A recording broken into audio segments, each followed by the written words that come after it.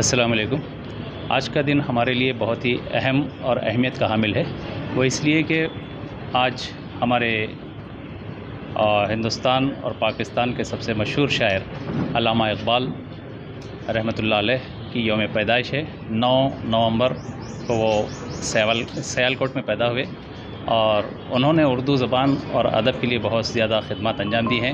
ان کی شاعری 4 حصوں میں منقسم ہے، ان کے 4 مجموعے کلام منظر عام پر آئے ہیں، اور آج بھی اگر ہم دیکھتے ہیں کہ علامہ اقبال کے بعد سے آج تک اگر دیکھا جائے تو ان جیسا شاعر آج تک پیدا نہیں ہوا، اور انہی کے بقول کہ ہزاروں سال نرگس اپنی بے نیروی پہ روتی رہی، بڑی مشکل سے ہوتا ہے چمن میں پیدا دیدہ ور پیدا، بڑی مشکل سے ہوتا ہے چمن میں دیدہ ور پیدا۔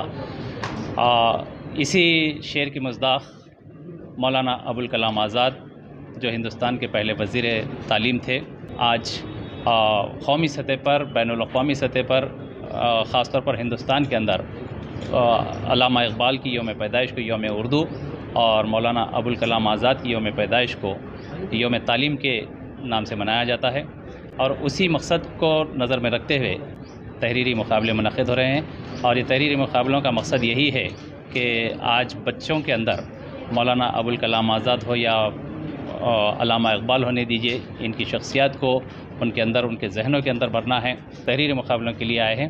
انشاءاللہ اس کے انعامات 15 نومبر اردو گھر شادی خانے میں ایک مشاعرہ منعقد ہونے جا رہا ہے، کل ٹائپ کا مشاعرہ ہے وہ، جس میں مجاور مالیگانوی اور مختلف ریاستوں سے شعراء یہاں پر شرکت کر رہے ہیں۔ اسی موقع پر ان کے انعامات دیے جائیں گے۔